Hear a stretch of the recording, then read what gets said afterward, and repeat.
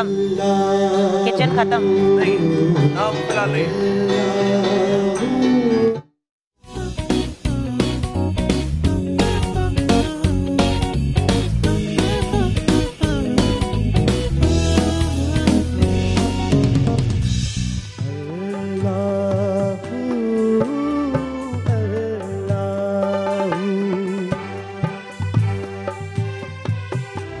मेरी डाची दे गल विच कलिया, मेरी डाची दे गल विच कलिया, मैं का पीर मनावण जलिया, शाना वाले पीरा लाई मैं उचिया नाल यारी वे, लाई मैं उचिया नाल यारी वे, मैं हानीवा साई मेरा उचाए हो, मैं हानीवा साई मेरा उचाए।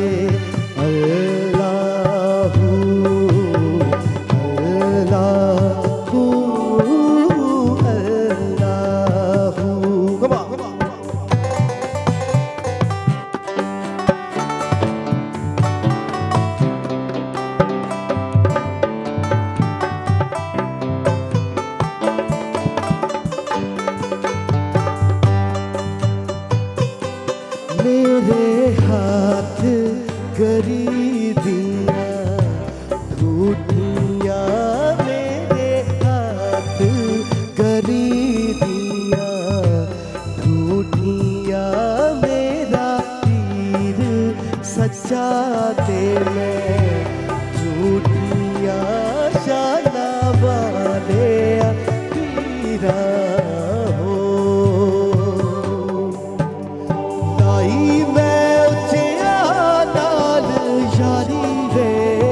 लाई मैं उचिया नाल यारी वे, मैं हानीवा साई मेरा उचाए हो, मैं हानीवा साई मेरा उचाए।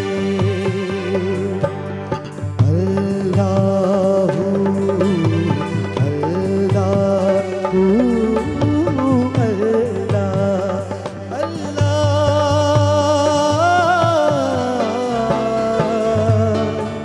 अल्लाहू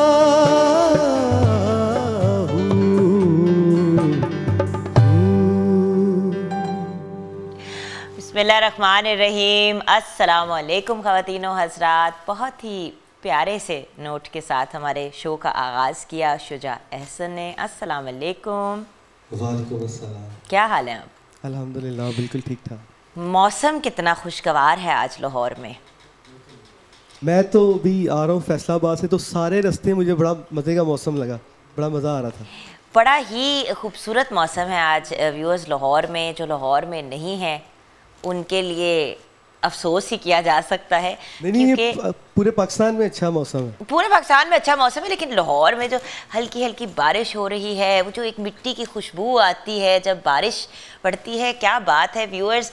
जेन्युइनली वो जो कहते हैं ना दिल बाग बाग, दिल गार्डन गार्डन हो जाता है थोड़ी ये अक्सर हम सुनते हैं बात। आपके साथ ऑफ कोर्स ज्वाइन किया है मोहसिन रज़ा ने, फिर एक और मोहसिन रज़ा ने, दो मोहसिन रज़ा हमारे पास है, लेकिन अल्लाह का शुक्र है दोनों फ़र्क मुख्तलिफ़ किस्म के इंसान हैं। अगर एक जैसे होते तो शो पे स्यापा पड़ जाना था। मोहसिन रज़ा एक तो ड्रम्स पे हैं और दूसरे मोहसिन रज़ा जो है वो ढोलक पे हैं। दैन राशिद हुसैन जो है वो कीबोर्ड पे हैं, एंड क्रिस्टोफर तो हमारे साथ गिटार पे हमेशा होते ही हैं।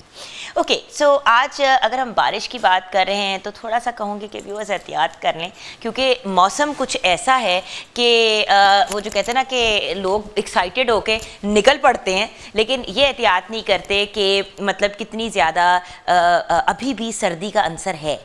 लाइक जब मैं निकली हूँ तो मैंने कहा अच्छा ये तो थोड़ी सी फिर से हवा में सर्दी है। होता ये कि और बारिश पड़ती है तो बच्चे भी बाहर निकल जाते हैं नहाने के लिए बारिश में, तो थोड़ा सा इस चीज़ का ख्याल भी करना है, एहतियात भी करनी है और उसके साथ साथ मौसम को एंजॉय भी करें। अब आप बारिश का ये जो समा है कैसे एंजॉय करते हैं, ये हम ज़रूर जानना चाहेंगे, क्योंकि बहुत से लोगों का अपना अपना अंदाज़ होता है। हमारे यहाँ तो हमेशा ये होता है कि जब बारिश हो रही होती है तो हम सहन में जाके बैठ जाते हैं और बारिश को भी इंजॉय करते हैं। गरम गरम चाय का कप होता है, साथ में समोसे, पकौड़े और हो सके तो जलेबियाँ भी। तो आपके घर में क्या सिलसिला होता है? और जब समोसे और पकौड़े वगैरह इस तरह की चीज़ें बन रही होती है, स्पेशली जब पकौड़े बन रहे होते हैं, तो फिर नो डाउट साथ में कड़ी भी बना दी जाती है, तो कड़ी चावल भी खाते हैं। सो यू नो, हर इंसान का अपना अंदाज़ होता है बारिश को एंजॉय करने का। कुछ ऐसे लोग भी हैं दुनिया में जिनको बारिश बिल्कुल नहीं पसंद, बल्कि वो कहते हैं कि हमें डिप्रेशन होती है जब बारिश होती है। वो समझ नहीं आती कि ये कैसे हो सकता है। एक्चुअली हर सीज़न की अपनी एक चार्म है। लेकिन शुजा, डू यू नो कि जब अगर मुझसे कोई पूछे कि सर्दियाँ पसंद हैं, गर्मियाँ पसंद हैं, बारिश पसंद है, मतलब यू नो मानसून पसंद है, बाहर का मौसम पसंद है, ऑटम पसंद है, तो मुझसे अगर आप जेन्युइनली पूछें तो मेरे 2 फेवरेट सीजन्स, एक तो जब मानसून बारिश का सीज़न होता है, मुझे बारिश बहुत पसंद है, शदीद ज़ोर की। और उसके साथ, बल्कि मैं छोटी होती थी ना, तो व्यूअर्स काफ़ी फजूल सी बात है, लेकिन नानों का ना वो बहुत ज़्यादा ना इंडियन मूवीज़ उस ज़माने में देखती थी, तो वो बैठी होती थी, तो मैं ना उनके पास ना वो निटिंग कर रही होती थी अपने, उनके साथ बैठी होती थी ना, उनकी टांग के साथ सर लगा के मूवी देख रही होती थी। बुरी बात है, बच्चों को मूवीज़ नहीं दिखाते छोटी उम्र पर, मैं पहले से मना कर रही हूँ, ये तो उस ज़माने की बात है ना, सब चलता था। तो खैर मैं बैठ के उनके साथ देखा करती थी, तो जो भी ना गाना गुना ये वो फिल्म में देखती थी, तो नानों को पहनती थी सफ़ेद शिफॉन के दुपट्टे, तो उसे उनका दुपट्टा पकड़ के भाग के निकल जाती थी बाहर, और गार्डन में ना दुपट्टा लेके भाग रही होती थी ऐसे ऐसे ऐसे ऐसे करके। सो ये एक वो बचपन की एक मेमोरी है जो जब भी बारिश होती है ना, मुझे वो अच्छे वक्त याद आते हैं। यू नो, नानों की निटिंग करना, वो मूवी, हर वक्त कोई ना कोई फिल्म लगी होती थी बैकग्राउंड में, अमिताभ बच्चन की बड़ी फिल्में देखती थी, तो वो लगी होती, दुपट्टा पकड़ा उनका और बाहर भागी, छोटी सी इतनी सी एक चीज़, और पकड़ पकड़ के मुझे अंदर ला रहे होते थे। एक तो बारिश, ऊपर से मतलब नानों का दुपट्टा बर्बाद किया जा रहा है, but it was just so हर किसी की किसी न किसी मौसम के साथ एक कनेक्शन होती है, मौसम लगाव होता है। अगर सूट मुझे कौन सा मौसम करता है, क्योंकि मेरे स्किन के मसाइल हैं, बालों के मसाइल हैं, 1000 प्रॉब्लम्स हैं, तो एक्चुअली मुझे सूट सर्दियाँ करती हैं। जब कड़कती सर्दी होती है ना, कनाडा में व्यूअर्स, मैं जब रहती थी, मैं आपको बता नहीं सकती कि मैं यूनिवर्सिटी में होती थी, और मेरी जो रूममेट होती थी वो चीखे मारती थी, कैथरीन नकाय उसका नाम था। हमेशा कहती, मुझे घूम के कहती थी कि व्हाट इज़ योर प्रॉब्लम, मतलब तुम एक गर्म मुल्क से हो, तुम्हें मसला क्या है। मैं करती क्या थी कि ऑब्वियसली सेंट्रल हीटिंग होती है तो सारी जगह गर्म होती थी, उसकी आंख लगती थी, मैं खिड़की खोल देती थी, बाहर बर्फ, -15 -20 का वेदर, मरने वाला हाल, मैं खिड़की खोल के आराम से सो जाती थी। वो उठती थी, खिड़की बंद करती थी, जाके लेट जाती थी, मैं फिर उठती थी, मैं जाके खिड़की खोल देती थी, सारी रात यही तमाशा चलता था। इवेंचुअली उसने कहा मैं तेरे साथ कमरा ही नहीं शेयर करना, तो है ही चुड़ैल। सो बात यह है कि you know every season has its connections, it's whatever. And बारिश तो वैसे ही यू नो, एंड बिकॉज बाहर की आमद है और जश्न बहार, और वैसे भी बहार का तो बाकायदा एक जश्न हुआ करता था और एक एंजॉयमेंट। बरसात नहीं हो रहे अभी भी बसंत, एक तो नहीं, बट बचपन में अगेन वो बसंत वाला जो है याद है, भागना। अच्छा, तुम्हारे तो बचपन में भी खत्म भी नहीं हुआ, बट मुझ जैसों के लिए यू नो, जाना, गुड़ियाँ उड़ाना, ये सारा कुछ करना। हाय, वक्त बदल गए हैं व्यूअर्स, अब तो लोग गुड़ियाँ भी आई थिंक गेम्स पे उड़ाते हैं ना, वो एप्स आ गई हैं हर चीज़ की। बट एक्चुअली जो एक एंजॉयमेंट है ना ज़िंदगी जीने की, अब आज अगर पॉसिबल हो तो मैं आप सबसे जो इस वक्त घर पे प्रोग्राम देख रहे हैं या ऑनलाइन भी हमारे शो को देख रहे हैं, थोड़ा सा आज एक्स्ट्रा एफर्ट कर लें, घर वालों के लिए कुछ स्पेशल कर लें, खाने के लिए कुछ एक्स्ट्रा मज़े की चीज़ बना लें, या थोड़ा सा एक्स्ट्रा तैयार हो जाएं, कुछ अपने लिए स्पेशल कर लें। ज़िंदगी में अपनी ज़ात का ख्याल रखना भी बहुत ज़रूरी है। मौसम को इंजॉय आप तब करेंगे जब आप अपने आप को इजाज़त देंगे मौसम इंजॉय करने की।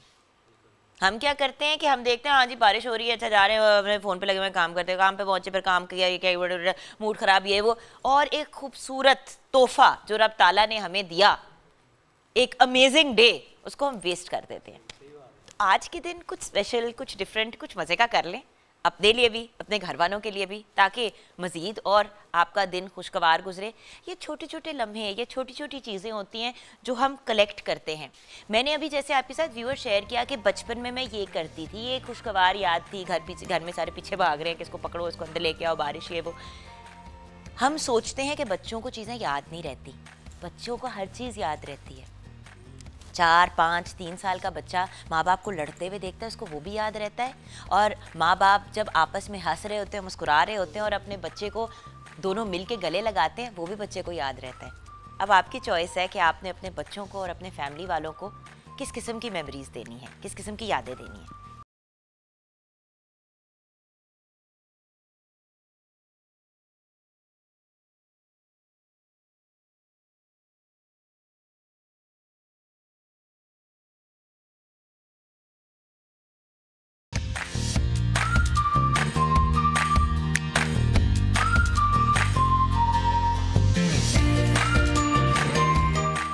Welcome back from the break viewers. हम बात कर रहे थे मैक्सीज की और ना जाने फिर क्या हो गया, लेकिन हम आ गए वापस और इस दौरान एक दूसरे को बच्चों की तस्वीरें दिखाई जा रही थी। मैं भी अपने बच्चों की दिखा रही थी। हम आपस में डिस्कशन कर रहे थे कि बच्चों को देसी कैसे बनाएं। हमारे बच्चे देसी नहीं है, कुछ अजीब ही मिक्स किस्म की चीज बन गए हैं। पूरी दुनिया ही फ्यूजन में चली गई है ना, जो मेरे ख्याल से कंफ्यूजन है, जिसपे किसी और दिन बात करेंगे। आप मुझे बता रही थी कि मैं जिस तरह हम डिस्कस कर रहे थे, आपने कहा कि जिस तरह मैक्सीज भी इन है। अब व्यूअर्स, पूरी दुनिया में अगर आप देखें तो हमारे जो स्पेशली जो मुस्लिम खवातीन हैं वो मैक्सीज पहनती है लॉन्ग लेंथ की अपने एंकल तक, और उसके साथ फिर हिजाब या जो भी उन्होंने पहनना होता है। सो मैक्सीज बहुत ही एलिगेंट है, डिपेंड्स कि आप उनको किस तरह से कैरी कर। बिल्कुल, उसमें कैजुअल भी आप यूज़ कर सकते हैं और इसको आप फॉर्मल भी यूज़ कर सकते हैं, दोनों जगह पे यूज़ हो जाता है। बिल्कुल। अच्छा, हमें ब्रेक के बाद जिनका हम बार बार जिक्र कर रहे थे, जिनका ज़ेवर पहन के मैं बैठ गई हूँ, पता नहीं हम ब्राइड को क्या पहनाएंगे क्या नहीं पहनाएंगे, लेकिन हमारे साथ उस्मान भाई हैं, सुनार भाई। उस्मान, अस्सलाम वालेकुम। वालेकुम अस्सलाम, क्या हाल है? ठीक हूँ। इस खुशगवार मौसम में वही तो बात है। तो उस्मान भाई, हम ये तो डिस्कस कर रहे थे हम क्या कर रहे हैं सेट पे, चले बारिश में जाके खेलते हैं। तो रास्ते में आए थे, वही बातें जो मैंने कहीं नहीं करनी वो जाके करते हैं। बहुत जबरदस्त मौसम है और मुझे खुद बारिश बहुत ज्यादा पसंद है, पागलपन की हद तक पसंद है। किसको नहीं पसंद? अच्छा, डिजाइनर्स को और मेकअप आर्टिस्ट को यूजुअली नहीं पसंद होती। नहीं, मुझे बहुत हमें तो बहुत पसंद है, ऐसा तो बिल्कुल झूठ है। क्योंकि मेकअप खराब हो जाता है, कपड़े बर्बाद हो जाते हैं। वो तो आप लोगों का इशू हो सकता है ना, हमारा तो ऐसा कुछ नहीं। और बारिश में ना हम जैसों के सिर पे बाल भी खड़े होने शुरू हो जाते हैं ना, फ्रीज आ जाता है। एग्जैक्टली। बट खैर, बारिश तो बारिश है। एंड आई थिंक हम सबकी बचपन की बड़ी प्यारी प्यारी यादें हैं। बहुत बहुत। आप जिस एज में भी होते हो, मेमोरीज या टू मच, मुझे बहुत ज़्यादा पसंद है बारिश। और जैसे ही बारिश होती थी, मैंने अपनी विंडो ओपन करनी रूम की, कॉफ़ी बनानी और म्यूज़िक लगाना और अकेले विंडो में बैठ जाना बस, और वही बड़ी इंजॉयमेंट होती है मुझे। और अभी तक स्टिल बारिश होती है, मेरा दिल चाहता है मैं किसी तरह घर से बाहर निकल जाऊँ। और मुझे घर वाले कहते हैं ये मौसम ख़राब है, मैं कहती हूँ ये ख़राब नहीं है, ये इंजॉयमेंट, यही तो अच्छा मौसम है। आपको बचपन की याद बारिश की? बहुत सारी हैं, एक नहीं है। बचपन में तो हम तो बाहर रोड्स पे खेला करते थे। और मार पड़ती होगी उसके बाद? नहीं, बल्कि घर वाले तो कहते चलो ठीक है एंजॉय करो। अब ये अब का दौर है, अब लोग मना करते हैं इधर नहीं जाना, इधर नहीं जाना। तो अब तो ऐसा दौर होता था जैसे मर्जी हम लोग निकले में बाहर, जैसे मट्टी में जा रहे हैं, क्रिकेट खेल रहे हैं, दिन रात करें। अब तो बड़ा चेंज हो गया। अब तो ये चीजें अम्मियों को टेंशन होती थी कपड़े बहुत गंदे हो गए, ये साफ कैसे होंगे, ये चीजें होती हैं। पहले तो ऐसा कुछ इश्यू नहीं होता था सिर्फ। बिल्कुल आपका भी बचपन ही है, लेकिन अगर कुछ याद हो 2-3 हफ्ते पहले की बात। नहीं, ऐसा ही है कि बस बचपन में और अभी भी मैं तो निकल जाती हूँ और मैं नहाती हूँ बारिश में। मैं नहीं परवाह करती क्या मौसम है क्या है, मैं बस चली जाती हूँ नहाने। मुझे बहुत पसंद है इसी यही तो। अच्छा व्यूअर्स, जो लोग आप देखते भी है ना ऑनलाइन लगाते हुए वीडियोस, अच्छा वो मुझे पता है कि 100% एंजॉय नहीं कर रहे होते, क्योंकि वो सिर्फ वीडियो के पॉइंट ऑफ व्यू से ही जा रहे होते हैं।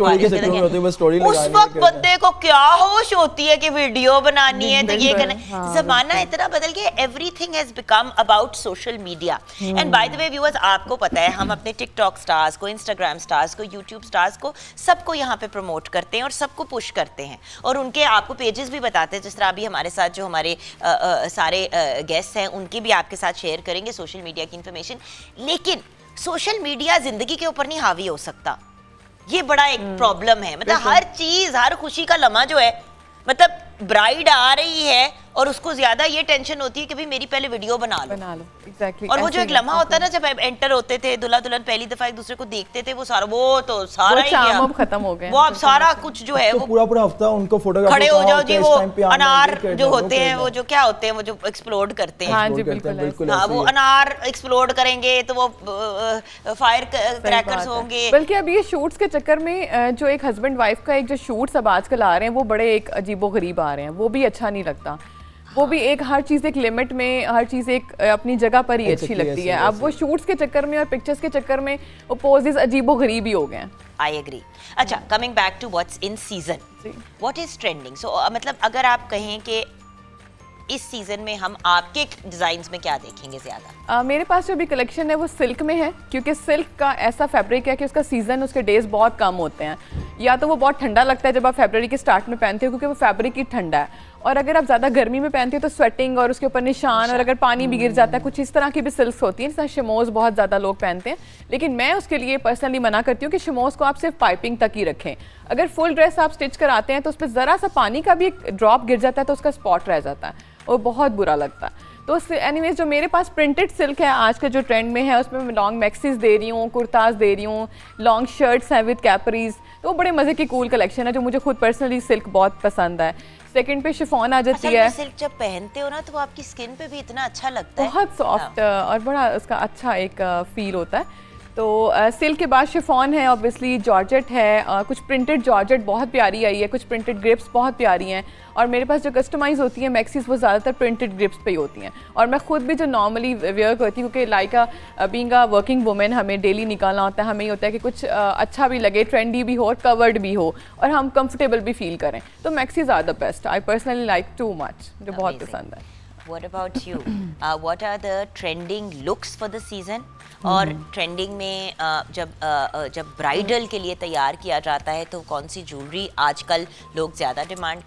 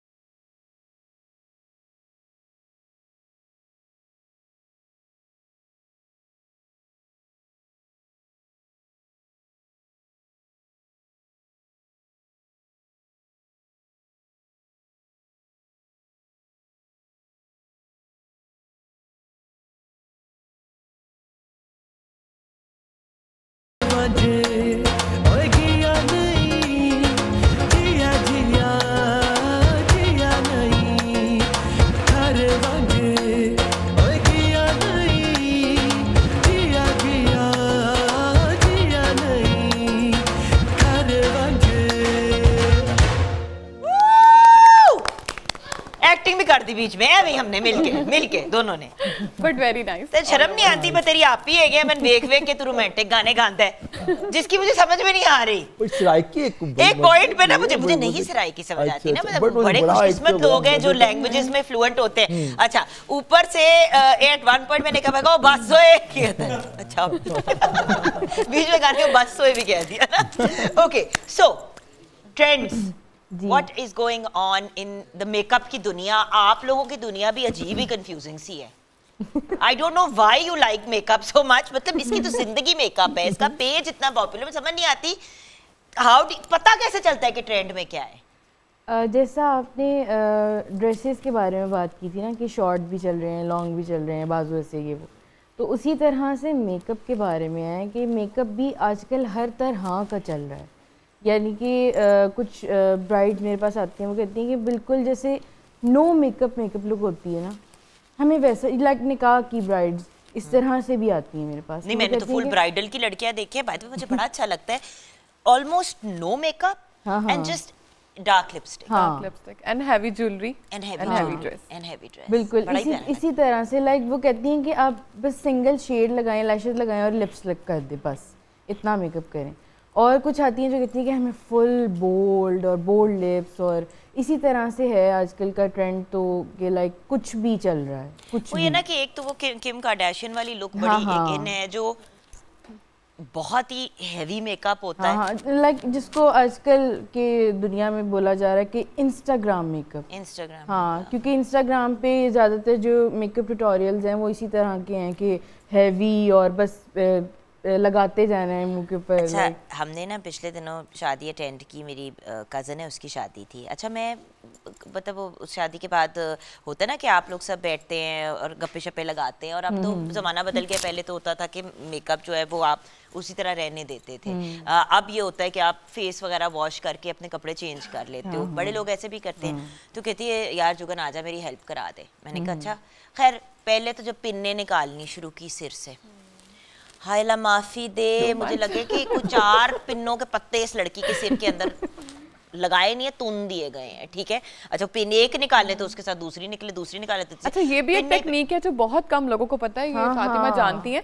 जो सही टेक्निकल बंदा है ना मेकअप आर्टिस्ट, वो कभी 4 पिनों में 10 पिनों में मैक्सिमम आपका काम डन हो जाता है। मैं मजाक नहीं करी, लिटरली पिन्ने निकाल रहे थे और एक इतनी ढेरी बन गई थी, ठीक है, पिनों की, और वो जो जूड़ा पिन वो सारी, अच्छा वो निकाली। अच्छा अब उसके सिर में इतनी बैक कोमिंग और पतली को ऊन भी रखी हुई थी, वो सारा कुछ निकाल के उसकी बेचारी के बाल कंगी की है, बड़ी मुश्किल वो की। अब कंडीशनर डाल के मैंने कहा तुम्हें अब नहाना ही पड़ेगा, बिकॉज ये तो बड़ा इम्पॉसिबल है कि मेकअप ही नहीं ये उतरेगा नहीं। अच्छा इससे फारिग हुए तो व्यूअर्स अब उसका मेकअप उतारना था।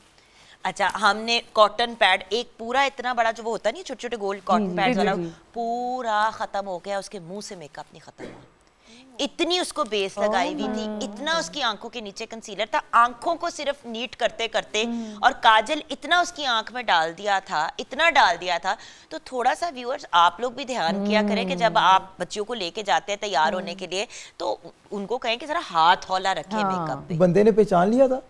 पता नहीं अब बाद में क्या मामला हुआ क्या नहीं हुआ इसका मुझे नहीं पता, लेकिन इट वॉज डिस्टर्बिंग। मतलब लिटरली कोई 1.5 घंटा लगा था उस बेचारी को उस मसले से निकाल के, फिर वो जाके नहाई, फिर मैंने उसको बाल ब्लो ड्राई करने में हेल्प किया, और जो भी फिर वो नीचे आके, मतलब क्योंकि दोपहर का फंक्शन था तो रात को फिर आई थिंक उन्होंने डिनर वगैरह सब बैठ के फैमिली ने किया, और फिर जो भी मामलात होते हैं आफ्टरनून का था। व्यूअर्स मैं आपको बता नहीं सकती, मैं हैरान थी कि डे में इतना मेकअप भी हो सकता है।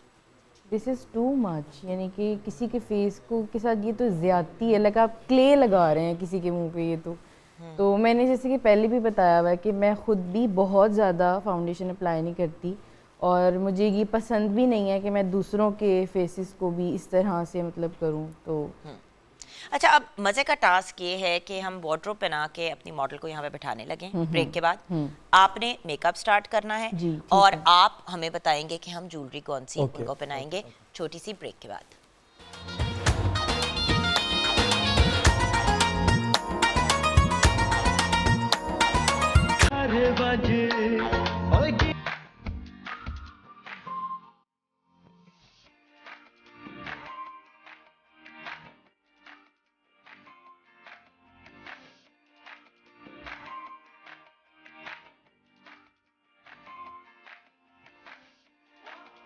द ब्रेक व्यूअर्स, अब नूर हाशमी ने हमें ज्वाइन किया, हमारा प्यारा सा बच्चा। और अब नूर को चूज़ करने का, सिलेक्ट करने का एक बड़ा सिंपल रीज़न था। नूर का बहुत इनोसेंट फेस है और नूर का थोड़ा सा स्किन का ऑन एंड ऑफ इशू चलता रहता है। अब यंग यूजुअली जो ब्राइड्स होती हैं, मतलब उनके बड़े मासूम से इनोसेंट से फेसेस होते हैं और मेकअप उन पे इतना हार्श कर दिया जाता है फातिमा कि बंदा सोचता है कि यार ये बच्ची की शक्ल ही बिल्कुल बदल दी है। और वो जो कहते हैं ना खरांट शक्ल, वो उस तरह की बना देते हैं। तो थोड़ा सा हमें ख्याल करना चाहिए। मैं मेकअप आर्टिस्ट से भी रिक्वेस्ट करूंगी, तो मेकअप के बारे में आप हमें बताएं कि अब आप क्या करने लगे। देखिए, अगर आप बोल्ड मेकअप भी कर रहे हैं ना, तो उसका मतलब ये नहीं कि आप सब कुछ ही लगा दें। आप आईज को थोड़ा आप अंदर ब्लैक ना करें, या आप कुछ थोड़ा बहुत कर लें। फिर जैसे मुझे इनका फेस बहुत अच्छा लगा है, तो मैं ये चाहती हूँ कि मैं इनकी आईज बोल्ड करूँ। ठीक है, ठीक है, पर्सनली मैं ये चाहती हूँ। फिर लिप्स को न्यूड करना। हाँ, फिर लिप्स को जो है वो मैं थोड़ा लाइट कर दूंगी इनकी। तो इस तरह से ही होता है ना। चलिए स्टार्ट कर देते हैं मेकअप और साथ साथ गाइड भी करते जाते हैं कि हमने क्या करना है। सबसे पहले तो मैंने इनको मॉइस्चराइज़र लगवा दिया है। मैं इनको लगाऊंगी प्राइमर।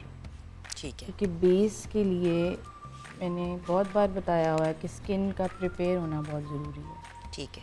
और फिर अगर आपकी स्किन थोड़ी प्रॉब्लमेटिक है, थोड़ी प्रॉब्लम है, तो फिर तो लाजमी आपने अपनी स्किन को प्रिपेयर करना है।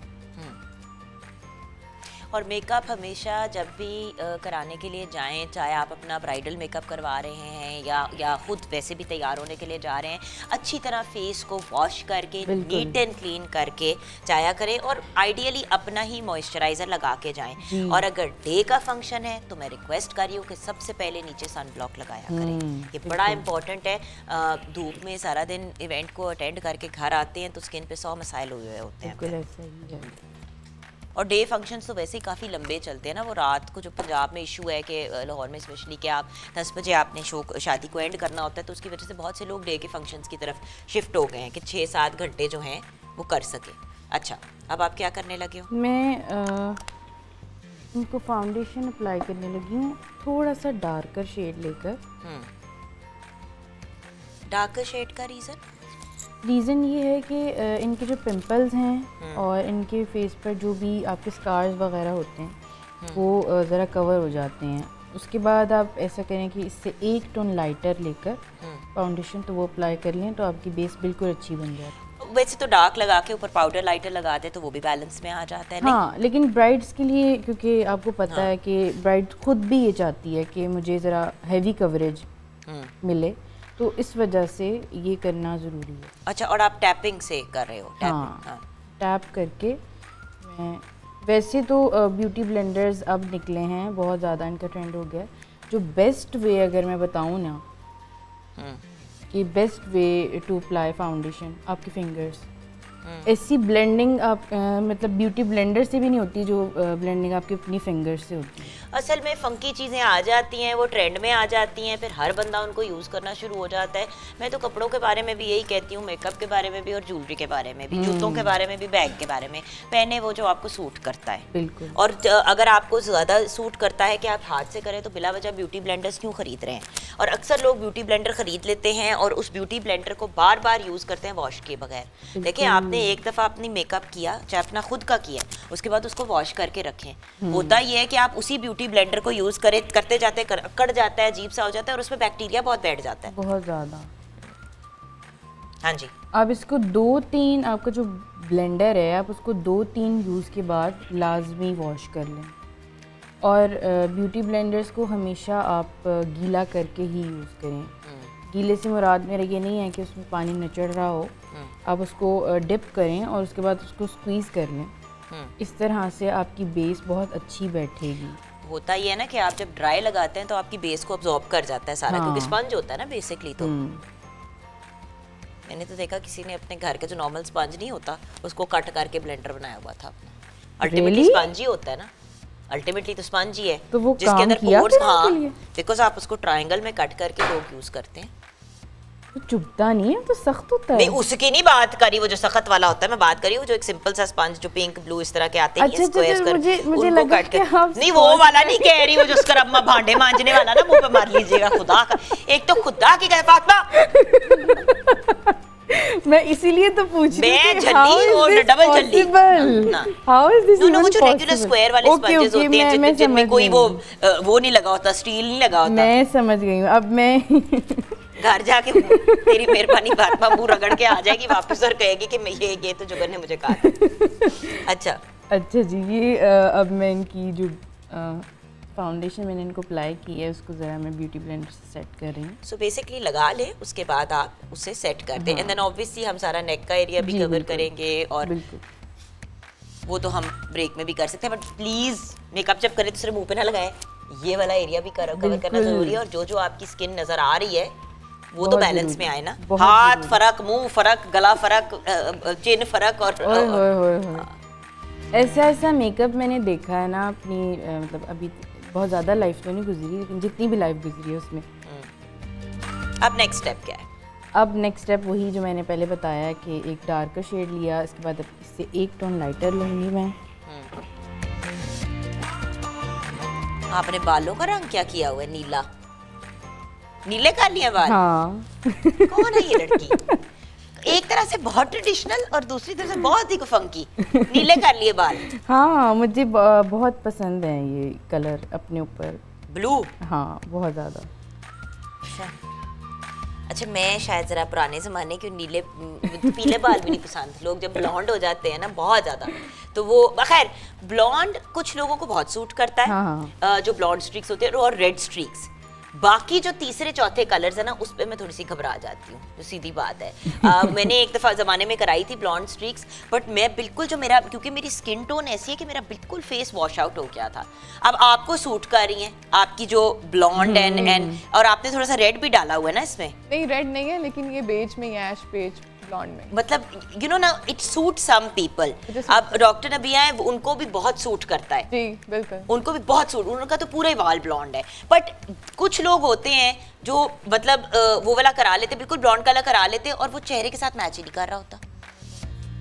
बट खैर मतलब हर बंदे की अपनी चॉइस है, it's a new world now. Again वही चीज़ कि आप चाहे बैग लें, शूज़ लें, ड्रेसेस लें, मेकअप लें, लेकिन प्लीज़ वो कैरी करें एक जिसमें आप कंफर्टेबल भी हैं और जो आपकी पर्सनैलिटी के साथ जा भी रहा है। सूट भी तो करें ना।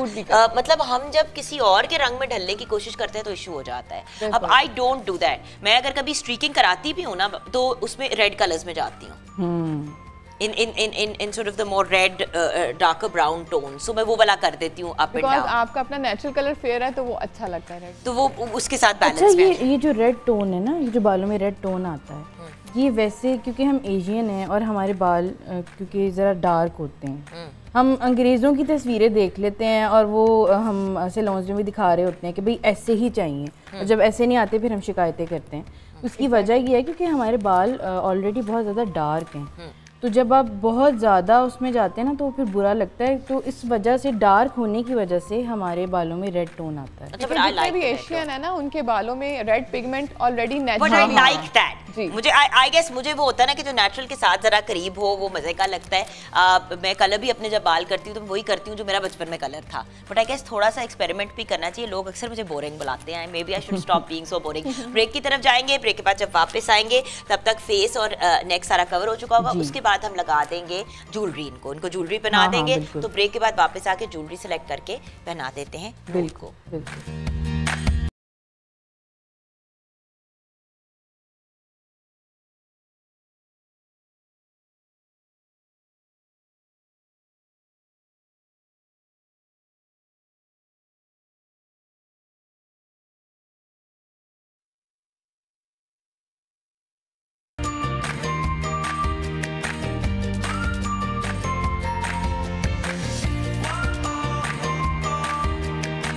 Welcome back from the break viewers. और अब हमें ब्रेक के बाद ज्वाइन किया है मेरे बहुत ही प्यारे भाई ने, हैं तो बहुत बड़े डॉक्टर और हमारे शो का रेगुलरली हिस्सा भी रहते हैं।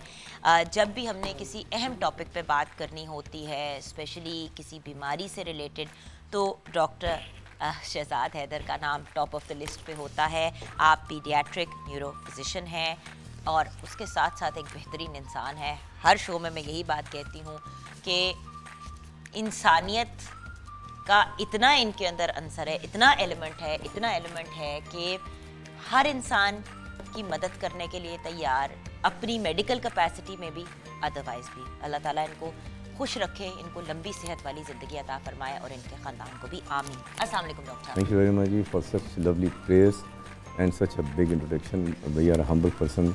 बुनियादी तौर पे सारी तारीफ़ें अल्लाह की, अल्हम्दुलिल्लाह और अल्लाह अकबर। और आपकी बड़ी मेहरबानी, आप हमें मौका देती हैं कि हम अवामुन्नास के लिए एक शऊर और एक अवेयरनेस पैदा कर सकें, उनको इल्म आगाही दे सकें उनके अपने मुफाद में।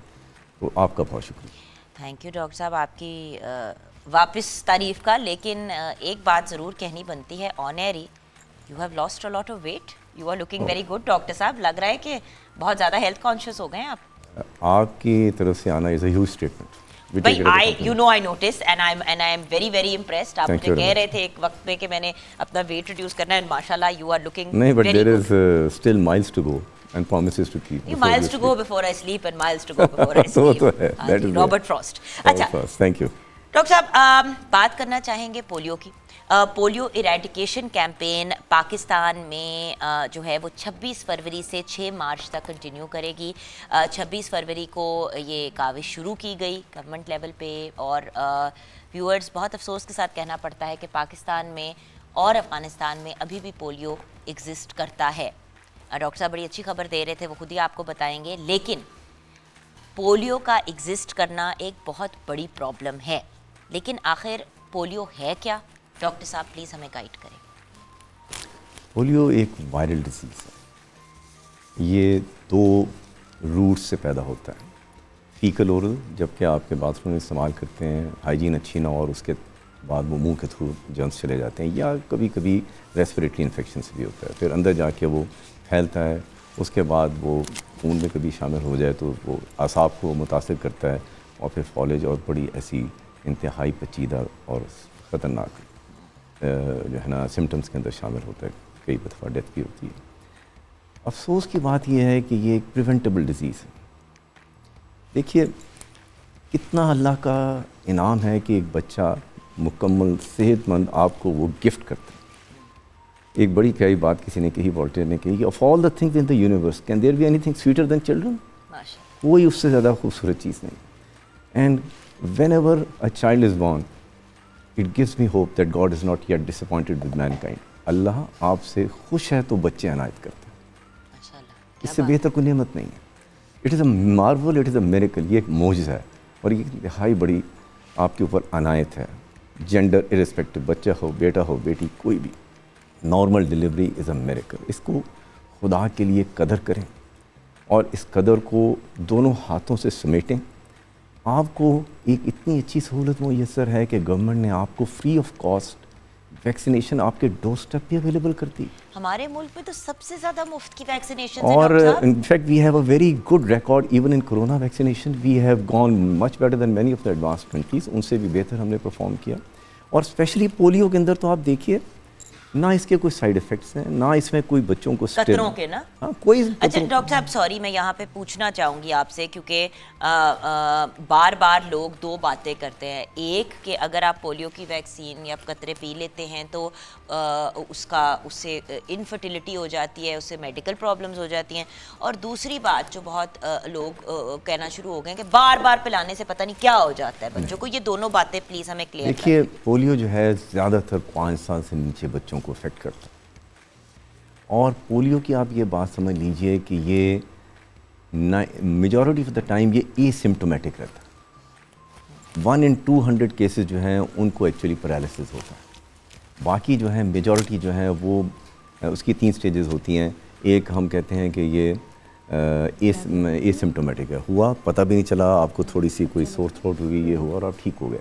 लेकिन आप इन्फेक्शस रहते हैं, आप ट्रांसफ़र कर सकते हैं, आप दूसरों को बीमार। और जो दूसरा कोई कमज़ोर इम्यूनिटी वाला, क़ुव्वत मुदाफ़ियत वाला अगर आ जाता है तो वो बीमार हो सकता है। हैंसफोर्थ पोलियो के सिलसिले में आपको समझ लेना चाहिए कि एक बच्चा भी अगर पोलियो का या एक फ़र्ज भी अगर पोलियो का मौजूद है तो वो आपकी कम्युनिटी, शहर, मुल्क नहीं, वो पूरी दुनिया के लिए ख़तरा है। यहाँ तक कि बताया जा सकता है कि अगर एक केस है और वो अनट्रीटेड चला जाए तो over a period of time, let's say 10 साल की टाइम मुद्दत में वो 2 लाख केसेस प्रोड्यूस कर सकता है कम्युनिटिव एविडेंस के साथ। हैंसफोर्थ इस चीज़ का एलिमिनेट करना हमारे ऊपर एक इज्तिमाई ज़िम्मेदारी है, हमारी नेक्स्ट जनरेशन की हमारे ऊपर हक है और हमारा उनके ऊपर फ़र्ज़ है। और कितनी अफसोसनाक बात होगी कि सारे वसाइल मौजूद हैं, आगही मौजूद है, इल्म मौजूद है, और हम तासुब या लापरवाही या एक बेवजह की अना और गुरूर के अंदर बैठ के अपने बच्चों से उनकी खुशियाँ छीनने के दरपे होते हैं। डॉक्टर साहब कितनी गैर शौरी तौर पर मेरी बात सुनते हैं, ये आप समझिए कि ये जो कहते हैं जनाब कि स्टेरिलिटी होती है, बिल्कुल इसकी कोई एविडेंस नहीं है। ये कहते हैं जनाब इससे फीवर हो जाते हैं, प्रॉब्लम्स हो जाते हैं, ऐसी भी कोई एविडेंस नहीं है। वो चंद एक होते हैं जिसके अंदर की कोई ऐसी स्पेसिफिक रीज़न हो। ये कहते हैं जनाब कि अपना ये कमज़ोर हो जाते हैं। अब ये जो बार बार हमें देना पड़ता है वो इसलिए देना पड़ता है कि जहाँ पर एंडेमिक एरियाज़ हों। Pakistan is an endemic country.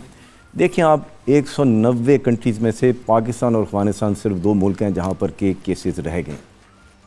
We are not a danger to our self, we are danger to the whole humankind, और we have to be collectively responsible. हमें इज्तिमाई तौर पर यह जिम्मेदारी को महसूस करना है अपने बच्चों के लिए और अपनी पूरे नू इंसानी के लिए कि देखिए हमने ये कतरे पिलाने हैं।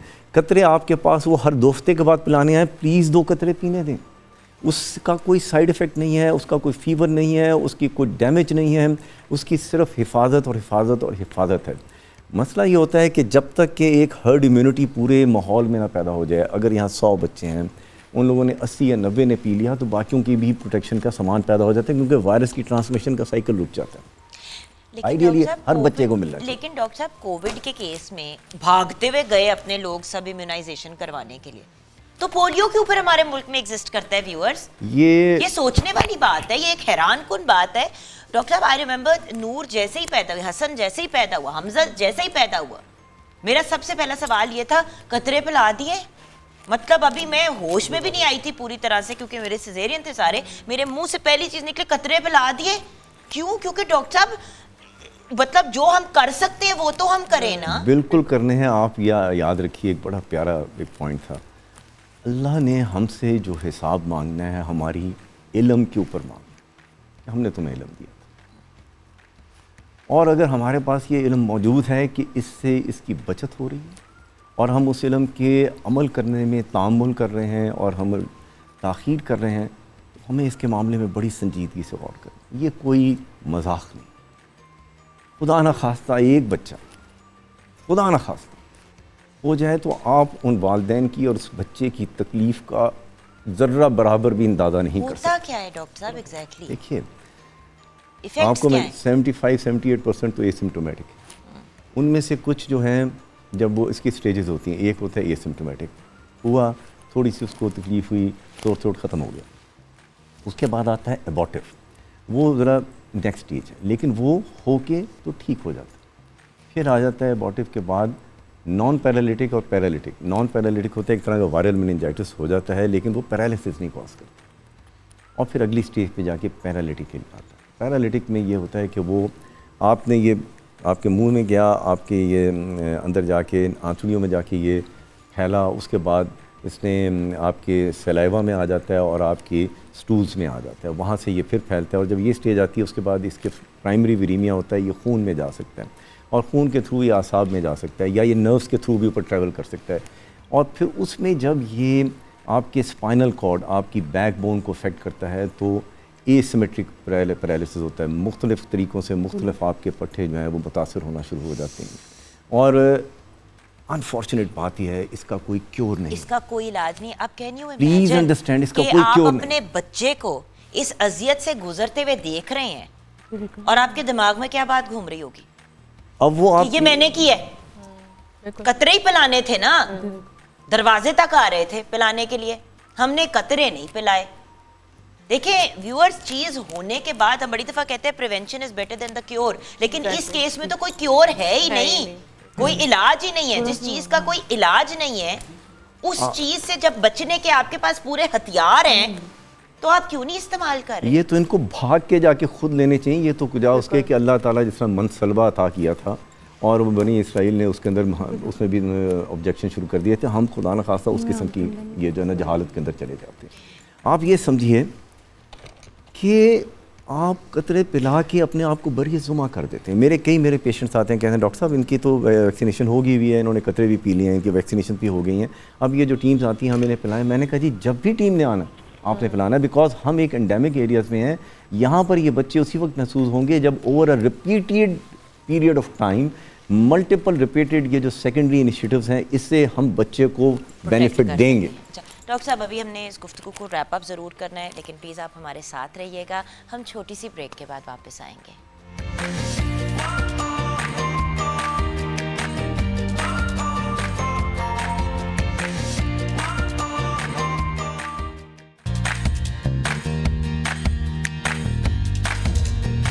Welcome back from the break viewers. हम बात कर रहे हैं पोलियो की इरेडिकेशन की। 26 फरवरी 2022 से लेके 6 मार्च 2022 तक एक बहुत मेजर कैंपेन, एक मेजर काविश गवर्नमेंट के एंड पे नेशनल लेवल पे हो रही है। आपसे रिक्वेस्ट है, बार बार कह रहे हैं प्लीज़ पोलियो के कतरे अपने बच्चों को पिला दिया करें, बल्कि पोलियो का एक इंजेक्शन भी लगाया जाता है ना डॉक्टर साहब? इंजेक्ट तो थोड़ा सा गाइड करेंगे हमारे व्यूअर्स को, बताएं वो क्या कर सकते हैं, क्या करना चाहिए? इसका सबसे सादा ये है कि जो इम्यूनाइजेशन का प्रोग्राम है आपने 100% उसको फॉलो करना है, 1 लाइन। इसको ये ना सोचिए कि आपका इसमें क्या अभाम है, आपका क्या इफ़ाम है, आपकी क्या इदराक है, आपकी नॉलेज क्या या समझ क्या, ये आपने अपने ऊपर एक कौमी फरीज़ा समझ के, एक इंसानी फरीज़ा समझ के करना ही करना है। ये आने वाली नस्ल का आपके ऊपर हक़ है और आपका उसके लिए फ़र्ज़ है और कर्ज़ है जो आपने अदा करना है। ये बच्चे हमारी जायदाद नहीं हैं, ये हमारी इमानत है और हमने इन इमानत में कोई ख़यानत नहीं करनी होती और हमने उनको एक ज़िंदगी का बेहतरीन सेहत का तोहफ़ा देना होता है। और कहीं हम गलती से, लापरवाही से, लाइल्मी से, अपनी किसी किस्म की जहालत से या अपने किसी वहमो गुमान की या बदगुमानी की वजह से उनको उस ख़ास नेमत से महरूम कर दें जो कि सेहत उनके दरवाजे पे आके खड़ी थी और हमने उनसे छीन ली। हम इस बोझ को कैसे संभाल सकते हैं? और फिर अल्लाह ताला ने इतनी आसानी पैदा कर दी है कि एक बीमारी जिसका कि आपको सारा हदूद अरबा पता है और ये भी पता है कि इस बीमारी का इलाज कोई नहीं और इस बीमारी का इलाज इसके सिर्फ़ और सिर्फ परहेज़ में और एहतियात में है। और एहतियात इतनी आसान है कि आपने 4 हफ्ते में, फिर 10 हफ्ते में, फिर 14 हफ्ते में और फिर उसके बाद 18 महीने के ऊपर और फिर 4 साल के बाद ये 2 कतरे पिलाने हैं 5 दफ़ा। अच्छा, 5 दफ़ा पिलाने, ये तो आपका एक शेड्यूल है।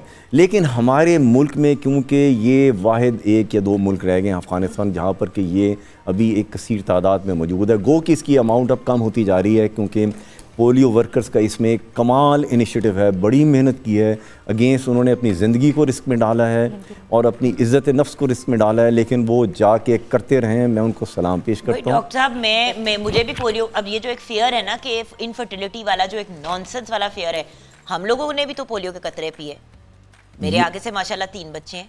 मतलब हर इंसान जो है जिसने पोलियो के, यहाँ पे लोग बैठे हुए हैं जिन्होंने बचपन में पोलियो के कतरे पिए, वो अच्छे खासे बिल्कुल ठीक ठाक हैं, आगे उनकी फैमिली। इसमें पैराडॉक्स ये है कि हमारे कुछ लोग जो कि प्रेशियस बेबी उनको कहते हैं जनाब, वो 3 बेटियां हुई उसके बाद 1 बेटा हुआ तो उसको प्रेशियस बेबी ये कहना शुरू कर देते हैं और उस प्रेशियस बेबी को बल्कि नहीं पिलाते, कहीं ये ना हो। आप देखिए, और आप देखिए परसेंटेज वाइज है ना, वो अल्लाह की रहमत है, कुदरत है, वो बच्चा बचत में रहे, लेकिन खुदा ना खासा कहीं अगर इसमें पकड़ में आ गया तो आने वाली जनरेशन्स और उन वालिदैन का क्या हाल होगा। खुदा के लिए अपने ऊपर ये बोझ ना डालें, अपने नफ्स के ऊपर ये बोझ ना डालें। अल्लाह ने आपको इल्म और आगही की नेमत से नवाजा है और हम गवर्नमेंट ने आप लोगों को वो सहूलतें प्रोवाइड की हैं, इनसे बेशबहा फ़ायदा उठाएँ, इन बच्चों की सेहत को मुकम्मल तौर पर ज़मानत ज़ामिर बन जाएँ। एक इतना खूबसूरत तोहफ़ा है ये ज़िंदगी और सेहत से बढ़कर कोई नेमत नहीं है। अल्लाह ताला ने खुद कहा, ईमान के बाद अगर कोई तुमने नेमत मांगनी है तो सेहत मांगो। सेहत से सारी खुशियाँ मंसूब हैं और मुंसलिक हैं।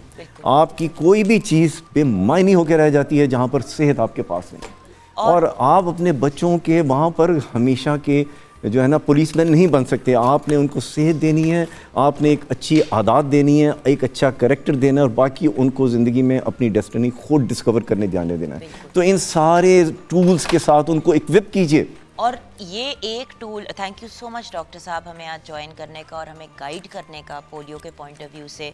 यूज़ हम चाहते थे कि आपको डिटेल में डॉक्टर शहजाद हैदर जो पीडियाट्रिक न्यूरो फिजिशियन हैं आपको गाइड भी करें और हमारे साथ मिल के आपसे इल्तिजा करें। डॉक्टर साहब ने कहा ना कि सारे टूल्स देने हैं, तो व्यूअर्स कम से कम एक टूल आपके दरवाजे तक आता है, आपके दरवाजे तक पोलियो वर्कर्स, दिन हो रात हो बारिश हो अंधेरा हो, मतलब डे एंड नाइट वो आपके पास आते हैं और पोलियो के कतरे पिलाते हैं। तो ये बहाने करके कि बच्चा हमारा है नहीं, सो रहा है, स्कूल गया हुआ है, ये वो, ये नॉनसेंस छोड़ दें। और स्कूल्स में भी ये कैंपेन चल रही है। मेरे पास लेटर आया है आज कि पोलियो का के कतरे आपके बच्चे को पिलाने हैं कि नहीं, और मैंने फौरन यस को टिक किया। और इसमें एक और बात, I am sorry to cut, मुतादिद बार आएंगी, आपने मुतादिद बार पिलानी। आप ये ना समझिएगा मैंने तो 6 दफ़ा पिला दिया, मैं 7वीं दफ़ा नहीं पिलाया। वो 10 दफ़ा आए, वो 20 दफ़ा आए। रिपीटिंग अगेन, जब तक कि यहाँ पर एक बच्चा भी अनवैक्सीनेटेड है, that can transform into 200,000 cases over a period of 10 years। हमने किसी बच्चे को यहाँ पर अनवैक्सीनेटेड नहीं रहने देना, अक्रॉस कास्ट, क्रीड, रिलीजन और एनी क्लास। वो गरीब है, वो अमीर है, वो जो भी है, उसके पास कोई वजह नहीं है कि मैं अपने बच्चों को कतरे ना पिला सकूं। इसमें कोई रुकावट नहीं है। प्लीज़ इस जिम्मेदारी को समझिए और इसको खुदाए खौफी में और रज़ाए खुदा के अंदर इसको कीजिए। ये आपके आने वाली आक़िबत के लिए भी बहुत अच्छा एक ज़ामिन होगा। Thank you so much doctor साहब। प्लेजर एंड अ प्रिविलेज कि आपने बुलाया और हमारी इस कौम को अल्लाह इसमें आगाही अता करे और हमारे आने वाली नस्लों को लिए सेहत की बेहतरीन बंदोबस्त।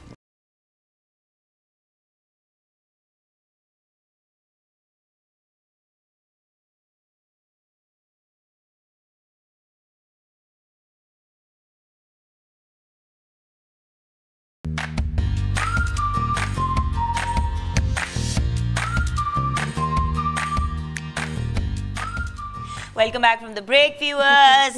नरगिस बेग के हमारे पास कुछ डिज़ाइंस भी हैं। अच्छा, you know this is one of my favourite colours. I love this peachish colour. हमारे स्किन टोन्स को सूट और भी बड़ा करता है डिफरेंट है ये। और ये भी बड़ी आपने प्यारी कॉम्बिनेशन की है, रेड विद पीच। अच्छा, एग्जैक्टली वो जो कहते हैं ना, for a bridal outfit it's beautiful and I love the fact that आपने इतने भारी दुपट्टे नहीं रखे। पता है दुपट्टा सर पे टिकता ही नहीं है, इतना हैवी हो जाता है कि ब्राइडल के लिए भी कंफर्टेबल नहीं होता। और कुछ अगर शर्ट आपकी इतनी हैवी है तो दुपट्टे को ऑब्वियसली आपको डिजाइनिंग के पॉइंट ऑफ व्यू से थोड़ा सा लाइट मीडियम में लेके जाना पड़ता है। लोग समझाएं किस और सेम अगर आपको रेड में चाहिए, प्योर रेड में, और बहुत हैवी चाहिए तो अगेन दुपट्टा से बॉर्डर के साथ ही इनफ है। और कोरा दबका तो यू नो के सीक्वेंस दुपट्टा तो गुचमुच हो जाता है एंड में। बिल्कुल, वो सिर्फ आपको सर पे लगाने और बॉर्डर नजर आ रहा होता है सिर्फ आपके सर पे, जो एक सैलून में सेट किया जाता है। और डिफरेंट कलर्स हैं। कुछ ब्राइड्स चाहती हैं कि वो रस्ट में जाएं, जिस तरह रस्ट में आपने जिक्र किया। ये सेकंड डे के पॉइंट ऑफ व्यू से है, वलीमा के लिए बहुत खूबसूरत लॉन्ग टेल मैक्सी है। इसके स्लीव्स बहुत प्यारे हैं जुगन, स्लीव्स बहुत प्यारे हैं। इसको आप इस तरह से इस फिंगर में जब डालते हैं और प्रॉपर मोटिव है वो यूं आता है ऐसे जी बिल्कुल। तो ये बड़ा क्यूट लगता है। और चूड़ी वाले बाजू ये बन जाते हैं यहाँ तक, और देन मोटिव है ऊपर। और कटवर्क आजकल ट्रेंड में है, टोटल हैंडमेड है, टेल है, गोटा है। अच्छा, एक बात मैंने डिस्कस करनी थी। जैसे आजकल मैंने बहुत ज़्यादा ये लोग कंप्लेन कर रहे हैं कि जो डिज़ाइनर्स हैं वो टाइम पे कपड़े नहीं देते हैं। मतलब ऐसे भी केसेस हुए हैं जहाँ पे ब्राइड अपना शादी का जोड़ा ही नहीं पहन पाई। बिल्कुल ऐसा मैंने भी रिसेंटली सुने हैं कुछ इस तरह के इश्यूज। और बिलीव करें कि मैं पर्सनली अपनी टीम से ज़्यादा मैंने इस चीज़ की हेडेक ली होती है कि मेरी रातों की नींदें उड़ी होती हैं, स्पेशली जब कोई होता है ना ब्राइडल, और मेरा बहुत कोई पुराना क्लाइंट हो तो मैं कहती नहीं, उनको तो पता है मेरा कि टाइम पे मिल जाएगा, लेकिन मुझे सेम वही टेंशन होती है। मैं उसी तरह डील करती हूँ जैसे मेरा फर्स्ट क्लाइंट है। तो ये बहुत बड़ी रिस्पॉन्सिबिलिटी होती है। बाकी जो फॉर्मल दूसरे हैं, पार्टी वेयर्स हो गए, कैजुअल प्रेड्स हैं, वो एक अलग चीज़ है, या स्टिचिंग का जो एक मेरा यूनिट है वो एक अलग चीज़ है। लेकिन जो ब्राइडल है उसको तो बहुत ज़्यादा रिस्पॉन्सिबिलिटी से आपको डिलीवर करना चाहिए। किसके बच्चियाँ सारी मतलब उनका मेन ये होता है कि हमारी शादी का फंक्शन, हमारी शादी का फंक्शन, और वही बर्बाद। और मैं इवन अपनी टीम को 1 वीक बिफोर का टाइम देती हूँ कि बस कल डिलीवर करना है, हालांकि अभी 1 वीक होता है। बिल्कुल, बट मैं अपने तौर पे एक जो है ना सेफ्टी के पॉइंट ऑफ व्यू से आपसे मैंने भी अपने शो के लिए वार्डरोब लेनी है अब। श्योर, ठीक है ना। बट नूर जो है, अब हमने नूर हाशमी का आपको मेकअप, वार्डरोब एंड ज्वेलरी दिखानी है जो उस्मान भाई ने बहुत ही काइंडली हमें दी है पहनाने के लिए। तो आ जाओ नूर बेटा, आ जाओ बेटा नूर, चलो जी। ऑन द स्पॉट व्यूअर्स, आपको पता है हम अपने बच्चों को तैयार करते हैं और हमारी कोशिश होती है कि आपको उसी वक्त दिखाएं।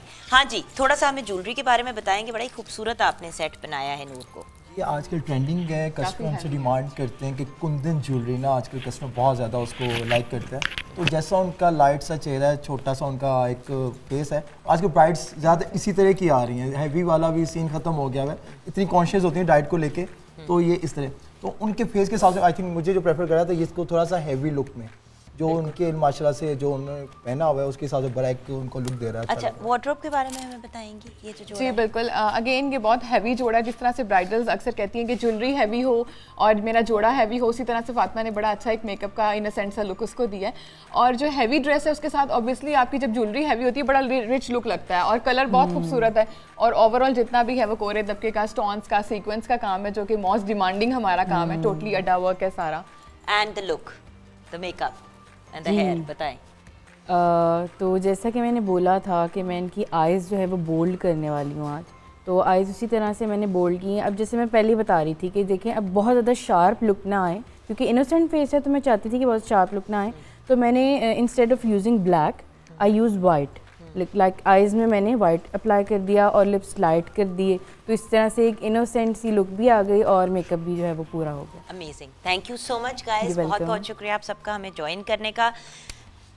शुजा, जब हो ही साथ तो कुछ मूड सेट कर दो सुना के, ताकि हमारी बाकी की जो दिन है, अब तो आफ्टरनून शुरू होने वाली है, वो भी खुशगवार गुजरे। Over to you guys and thank you so much मेरे प्यारे भाइयों का, हमारे म्यूजिशियंस का। Bless you all. हाँ,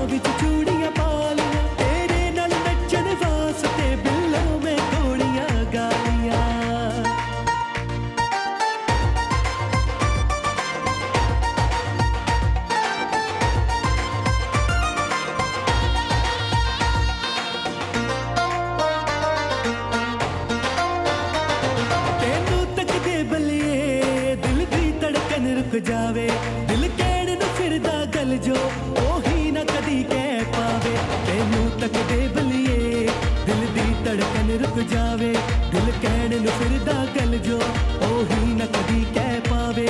तेरे करके ही सोहणिए बेटे बापू मैं मनाउणे, तेनू मैं पट्टण वास्ते मसी को शेर लखाउणिया। जदों हसदी ते जान कड्डदी, जदों हसदी ते जान कड्डदी, दिल मेरा नहीं बस च अख लगी तेरे नाल जददी, दिल मेरा नहीं बस च अख लगी तेरे नाल जददी।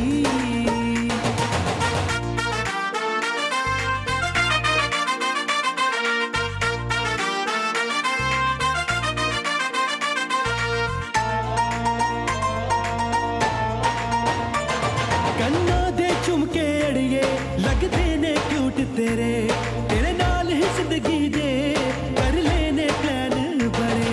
कन्ना दे झुमके अड़िए लगदे ने क्यूट तेरे, तेरे नाल ही जिंदगी दे कर लेने प्लान बड़े। तेरे लिए ही मैं सोहणिए यूके दी टिकट कटाउणिया, तेनू मैं पट्टण वास्ते वेडिंग रिंग भी मंगवाउणिया। तेनू होर की कहना है, तेनू होर की कहना है, जग पावे दो आके असा एक होके रहना है, जग पावे दो आके असा एक होके रहना है। नी तू सहेलियां दे विच किड्डी सोहणी लगदी, नी तू गिद्धे विच नचदी फलोर पटदी, नी तू सहेलियां दे विच किड्डी सोहणी लगदी, नी तू गिद्धे दे विच किड्डी सोहणी